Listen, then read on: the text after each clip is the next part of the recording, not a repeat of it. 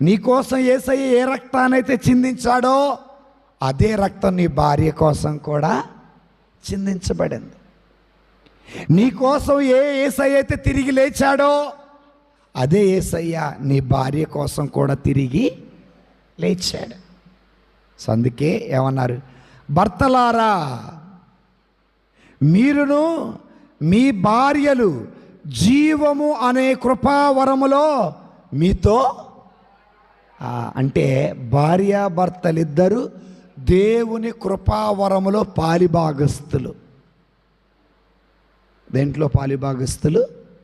మరి ఒకవేళ పుత్రుడు వరం అయితే పుత్రుడికి కృపావరం ఇచ్చి పుత్రికలకి కృపావరాలు ఇవ్వకుండా ఉండొచ్చు. దేవుడు అంటున్నాడు, భర్తలారా మీరు ఏ విధంగా అయితే దేవుని కృపావరాలు పొందుకున్న